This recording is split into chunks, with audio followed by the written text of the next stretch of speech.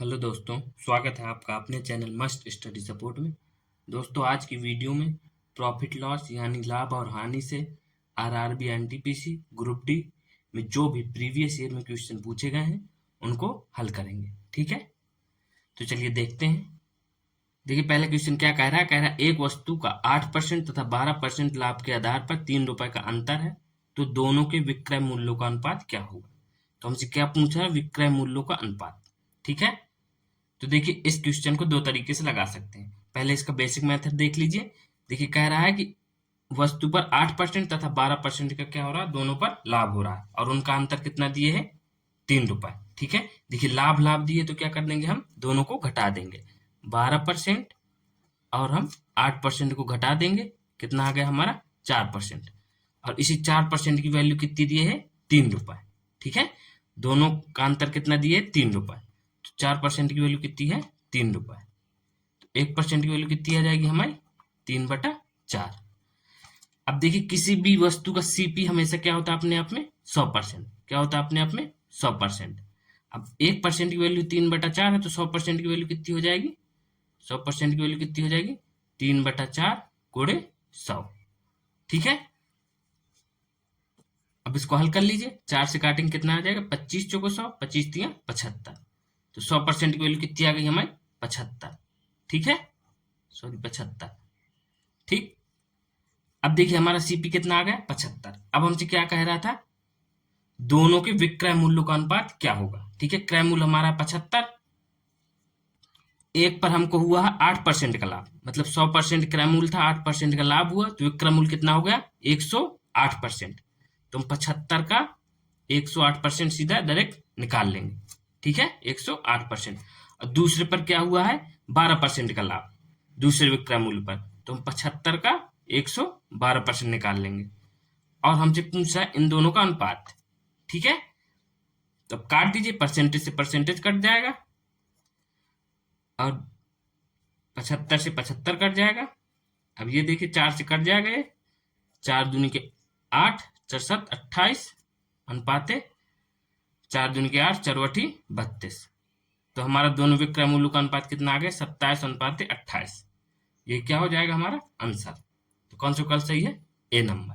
ठीक है, देखिए इसमें क्या कह रहा था। कह रहा था एक वस्तु को 8% तथा 12% लाभ के आधार पर 3 रुपए का अंतर है, तो दोनों के विक्रय मूल्य का अनुपात क्या होगा। ठीक है, देखिए किसी भी चीज का क्रय मूल्य अपने आप में कितना होता है, 100%। ठीक है, देखिए दोनों लाभ का अंतर कितना दिए था, 3 रुपए, यानी कि 12% और 8% का अंतर कितना दिया था, 3 रुपए। तो 12 में 8 घटा तो 4% की वैल्यू कितनी आ गई हमारी, 3 रुपए। ठीक है, तो 1% की वैल्यू कितनी आ जाएगी, 3/4।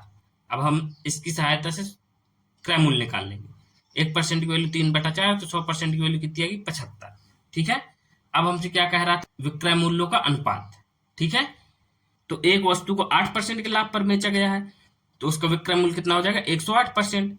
क्रय मूल्य था 75, 75 का सीधे 108% निकाल दिया, और दूसरे को 12% के लाभ पर बेचा गया, तो 75 का 112%। ठीक है, ये क्या हो गया, विक्रय मूल्य। और इन दोनों का अनुपात पूछा तो अनुपात लगा दिए, काट दिए, कितना आ गया, 27 अनुपात 28। विक्रय मूल्य का अनुपात आ गया।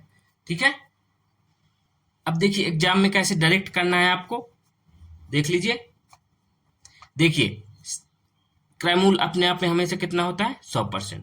ठीक है, अब कह रहा है एक वस्तु पर कितने का लाभ हुआ, 8% का, तो क्रय मूल्य था हमारा 100, उस पर 8% का लाभ हुआ, तो विक्रय मूल्य कितना आ जाएगा, 108%। ठीक है, तो दूसरे पे कह रहा है 12% का लाभ हुआ, तो क्रय मूल्य था 100 रुपए, 12% का लाभ हुआ, तो विक्रय मूल्य कितना हो जाएगा, टोटल 112। अब इन दोनों का हमसे पूछा था अनुपात, डायरेक्ट काट दीजिए। अब इससे 4 से कट जाएगा, 4 दूनी 8, 4 7 28, 4 दूनी 8, 4 8 32। ये आ गया दोनों विक्रय मूल्य का अनुपात। ठीक है, ये क्या हो जाएगा हमारा आंसर। ठीक है, तो एग्जाम में किस तरह लगाएंगे, देखिए सीपी अपने आप में क्या होता है, 100%। एक वस्तु पर 8% का लाभ हुआ, सीपी हमारा था 100, 8% का लाभ हुआ, तो विक्रय मूल्य क्या होगा, 108। और दूसरे पर 12% का लाभ हुआ था, तो विक्रय मूल्य हमारा हो गया 112। दोनों का अनुपात पूछा था, अनुपात लगा दिया, काट दिए, कितना आ गया अनुपात, 27 अनुपात 28। ठीक है, अब अगला क्वेश्चन देखते हैं।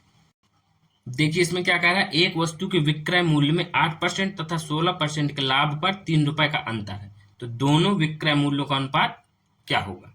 ठीक है, तो एक पर देखिए कितना लाभ है 8% का और दूसरे पर 16% का लाभ है। ठीक है, देखिए इसको आप डायरेक्ट लगा देंगे। देखिए किसी भी वस्तु का सीपी अपने आप में कितना होता है 100। ठीक है, कितना होता है 100%। ठीक है, अब देखिए क्या हुआ है, एक पर 8% का लाभ, एक पर 8% का लाभ हुआ तो विक्रय मूल्य हमारा कितना हो जाएगा 108। कितना हो जाएगा 108%। और दूसरे पर कितने का लाभ हुआ है 16% का, तो दूसरा विक्रय मूल्य कितना हो जाएगा हमारा 116%। ठीक है, अब हमसे क्या पूछा था दोनों का अनुपात, तो अनुपात लगा देंगे। अब काट दीजिए, परसेंटेज से परसेंटेज कट गया। अब 4 से काट दीजिए इसको, 4 दूनी के 8, 4 7 28, अनुपात है इसको भी 4 से काट दीजिए, 4 दूनी के 8, 4 नाम 36। तो दोनों विक्रय मूल्यों का अनुपात कितना आ गया हमारा 27:29। यही क्या हो जाएगा हमारा आंसर। तो कौन सा विकल्प सही है, ए नंबर। ठीक है, तो देखिए इसको डायरेक्ट लगा सकते हैं। ठीक है, देखिए किसी भी वस्तु का क्रय मूल्य अपने आप में कितना होता है 100%। अब क्वेश्चन में कह रहा था कि एक वस्तु के विक्रय मूल्य में 8% तथा 16% के लाभ पर 3 रुपए का अंतर है। एक पर हुआ है हमारे 8% का लाभ, तो क्रय मूल्य था हमारा 100, 8% का लाभ हुआ तो विक्रय मूल्य कितना आ गया 108%। और दूसरे पर 16% का लाभ हुआ है तो क्रय मूल्य हमारा 100 था, 16% का लाभ हुआ तो 116% आ गया। ठीक है, अब इनका अनुपात पूछ रहा था दोनों विक्रय मूल्यों का, तो अनुपात निकाल देंगे, कितना आ गया अनुपात 27:29। ठीक है, अब अगला क्वेश्चन देखते हैं। अब देखिए इसमें क्या कह रहा है, यदि हानि 15% है तो क्रय मूल्य और विक्रय मूल्य का अनुपात ज्ञात कीजिए। ठीक है, देखिए आप जानते हैं किसी भी वस्तु का क्रय मूल्य अपने आप में कितना होता है 100%। क्रय मूल्य कितना होता है अपने आप में 100%। ठीक है, अब देखिए कह रहा है कि 15% की हानि हुई है। हानि कितनी की हुई है हमको 15% की। कोई वस्तु 100 रुपए की थी, उसमें 15 रुपए की हमको हानि हुई है, तो विक्रय मूल्य हमारा कितना हो जाएगा, विक्रय मूल्य कितना आ जाएगा, क्रय मूल्य हमारा 100 था और 15% की हानि हुई तो विक्रय मूल्य हमारा आ जाएगा 100 में 15 घटा देंगे, विक्रय मूल्य कितना आ जाएगा हमारा 85%। ठीक है, अब हमसे पूछ रहा था क्रय मूल्य और विक्रय मूल्य में अनुपात, तो क्रय मूल्य कितना था हमारा 100% और विक्रय मूल्य कितना था 85। अब इनका क्या पूछा था अनुपात, अनुपात लगा देंगे। अब काट दीजिए, परसेंटेज से परसेंटेज कट जाएगा। ठीक है, अब काट दीजिए 5 से, 20 पंचे 100, अनुपात 70:85। तो हमारा अनुपात कितना आ गया है क्रय मूल्य और विक्रय मूल्य का 20:17। ये क्या हो जाएगा हमारा आंसर। तो कौन सा विकल्प सही है, बी नंबर। ठीक है, देखिए ये भी क्वेश्चन आरआरबी एनटीपीसी में पूछा गया है। ठीक है, देखिए कुछ नहीं करना था, देखिए अपने आप में क्रय मूल्य कितना होता है किसी भी वस्तु का 100%, उसमें हानि हो गई थी हमारी 15% की, 100 रुपए की वस्तु थी 15% की हानि हुई तो विक्रय मूल्य कितना हो गया हमारा 85%। ठीक है, तो हमसे पूछ रहा था क्रय मूल्य और विक्रय मूल्य का अनुपात, क्रय मूल्य कितना है 100% और विक्रय मूल्य कितना है 85। अब इनका अनुपात पूछ रहा था तो 100:85 कर दिया, काट दिया, कितना आ गया 20:17। तो क्रय मूल्य और विक्रय मूल्य का अनुपात कितना आ गया 20:17। ठीक है, अब अगला क्वेश्चन देखते हैं। अब देखिए इसमें कह रहा है रोहन एक जीन्स के अंकित मूल्य पर 15% की छूट देने के बाद भी 20% का लाभ कमाता है, तो जीन्स के क्रय मूल्य का अंकित मूल्य से अनुपात क्या होगा। क्या पूछ रहा है, क्रय मूल्य और अंकित मूल्य का अनुपात पूछ रहा है। ठीक है, कह रहा है रोहन एक जीन्स के अंकित मूल्य पर 15% की छूट देता है। ठीक है, तो हम मान लेंगे एमआरपी कितना 100%। ठीक है, मान लेंगे कितना एमआरपी 100%, उसमें रोहन छूट देता है कितने की 15% की। ठीक है, 100 रुपए की अंकित मूल्य था, उसमें 15% की छूट दे दी गई, तो हमारा एसपी कितना आ गया हमारा विक्रय मूल्य 100 की वस्तु थी 15 की छूट दे दी गई, छूट दे के बेचा उसने, तो 100 में 15 घटाएंगे कितना आ गया 85, तो विक्रय मूल्य हमारा कितना आ गया 85%। ठीक है, अब हमसे कह रहा था कि छूट देने के बाद भी 20% का लाभ कमाता है, मतलब इसमें भी वह क्या कमा रहा है अभी 20% का लाभ कमा रहा है। ठीक है, 20% का लाभ कमा रहा है, तो क्रय मूल्य निकालने के लिए हम क्या करेंगे, सीपी निकालने के लिए 85% में हम 120 गुणे 100, 120 से भाग कर देंगे और 100 से गुणा कर देंगे, क्योंकि क्या है इसमें 20% का लाभ कमा रहा है। 85 में भी अभी क्या कर रहा है 20% का लाभ कमा रहा है, तो क्रय मूल्य निकालने के लिए क्या कर देंगे 120 से भाग और 100 से गुणा। ठीक है, अब देखिए क्वेश्चन में क्या कह रहा था, क्रय मूल्य और अंकित मूल्य का अनुपात। क्रय मूल्य हमारा कितना गया 85/120 गुणे 100 और अंकित मूल्य कितना है हमारा एमआरपी 100%। इन्हीं का अनुपात पूछ रहा तो अनुपात कर दीजिए। अंकित मूल का अनुपात कितना है 100, इस 100 से 100 कट गया, 120 वहां पहुंच जाएगा, तो 85 अनुपाते 120।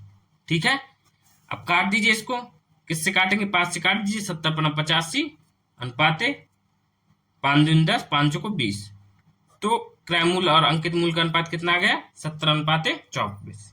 ये क्या हो जाएगा हमारा आंसर।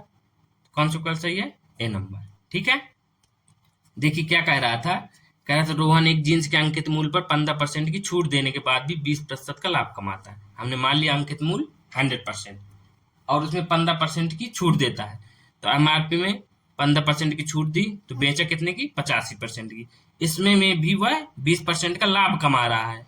ठीक है, तो 20% का लाभ कमा रहा है तो कितना हो गया ये 120% इसकी वैल्यू। तो क्रय मूल्य निकालने के लिए क्या करेंगे हम, 85 में 120 से भाग दे देंगे और 100 से गुणा कर देंगे, तो ये क्या आ गया हमारा क्रय मूल्य।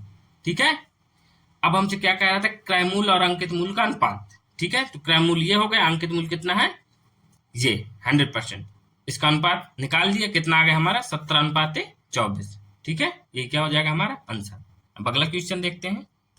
देखिए इसमें क्या कह रहा है, कह रहा है 1000 रुपए के क्रय मूल्य वाली एक वस्तु को 5% हानि पर बेचा जाता है और प्राप्त धन से खरीदी गई एक अन्य वस्तु को पुनः 5% लाभ पर बेचा जाता है, तो इसमें कितना हानि या लाभ हुआ। ठीक है, देखिए इस तरह के व्यापार में हमेशा क्या होगी, हानि होगी। ठीक है, और वह हानि किसके बराबर होगी, देखिए एक सूत्र होता है किसके बराबर होगी हानि, हानि परसेंट के सूत्र होगा, किसके बराबर होगी, हानि परसेंट बराबर आर स्क्वायर बटे 100। किसके बराबर होगी हानि, आर स्क्वायर बटा 100 के, आर क्या हो जाएगी हमारी दर जो। ठीक है, तो निकाल लीजिए हानि इसमें। ठीक है, तो हानि परसेंट निकाल लीजिए, हानि परसेंट बराबर आर कितना दिए 5, तो 5 का स्क्वायर कर दीजिए बटा 100। ठीक है, 5 का स्क्वायर करेंगे कितना आ जाएगा 25 बटा 100, भाग दे देंगे कितना आ जाएगा 0.25, तो हानि परसेंट हमारी कितनी आ गई 0.25। ठीक है, तो कौन सा कल सही है, बी नंबर। ठीक है, देखिए इस तरह के क्वेश्चन आरआरबी में बहुत पूछे जाते हैं। ठीक है, तो देखिए क्या कह रहा था कि 1000 रुपए के क्रय मूल्य वाली एक वस्तु को 5% हानि पर बेचा जाता है और प्राप्त धन से खरीदी गई अन्य वस्तु को पुनः 5% लाभ पर बेचा जाता है, तो इसमें कितना हानि या लाभ हुआ। ठीक है, देखिए इस तरह के क्वेश्चन में हमेशा क्या होगी, हानि होगी, और वह किसके बराबर होगी, आर स्क्वायर बटा 100 के। ठीक है, आर क्या हो जाएगा हमारी दर, दर कितनी है 5%। ठीक है, तो हम निकाल लेंगे हानि परसेंट बराबर 5 का स्क्वायर बटा 100, 5 का स्क्वायर कितना होता है 25, 25 बटा 100 कितना आ गया 0.25। ठीक है, ये क्या हो जाएगा हमारा आंसर। अब अगला क्वेश्चन देखते हैं। देखिए इसमें क्या कह रहा है, कह रहा है एक व्यक्ति 2 घोड़े प्रत्येक को 4800 रुपए की दर से बेचता है, मतलब एक घोड़ा 4800 रुपए में बेचता है, एक पर उसे 20% का लाभ होता है और दूसरे पर 20% की हानि होती है। ठीक है, तो पूरे लेन देन में कितने प्रतिशत लाभ अथवा हानि हुई। ठीक है, देखिए पिछले क्वेश्चन की तरीके है, तो क्या होगा, इस तरह के व्यापार में हमेशा हानि होगी, और वह हानि किसके बराबर होगी, हानि परसेंट किसके बराबर होगी, हमेशा हानि आर स्क्वायर बटा 100 के बराबर होगी। ठीक है, तो अब क्या होगी इसमें हानि, तो हानि परसेंट हम निकाल देंगे। अब इसमें आर का मान कितना दिए है 20%, तो 20 का क्या हो जाएगा हमारा स्क्वायर बटा 100, 20 का स्क्वायर कितना हो जाएगा 400, 400 बटा 100, तो 2 जीरो से 2 जीरो कट गए, तो हानि परसेंट हमारा कितना निकला है 4%। ये क्या हो जाएगा हमारा आंसर। कौन सा कल सही है, बी नंबर। ठीक है, तो देखिए इस तरह के क्वेश्चन में हमेशा क्या होगी, हानि होगी आपकी। ठीक है, तो ठीक है, आज का ये वीडियो यहीं समाप्त होता है। अगर आपको ये वीडियो पसंद आया तो वीडियो को लाइक करिए और चैनल को सब्सक्राइब करिए।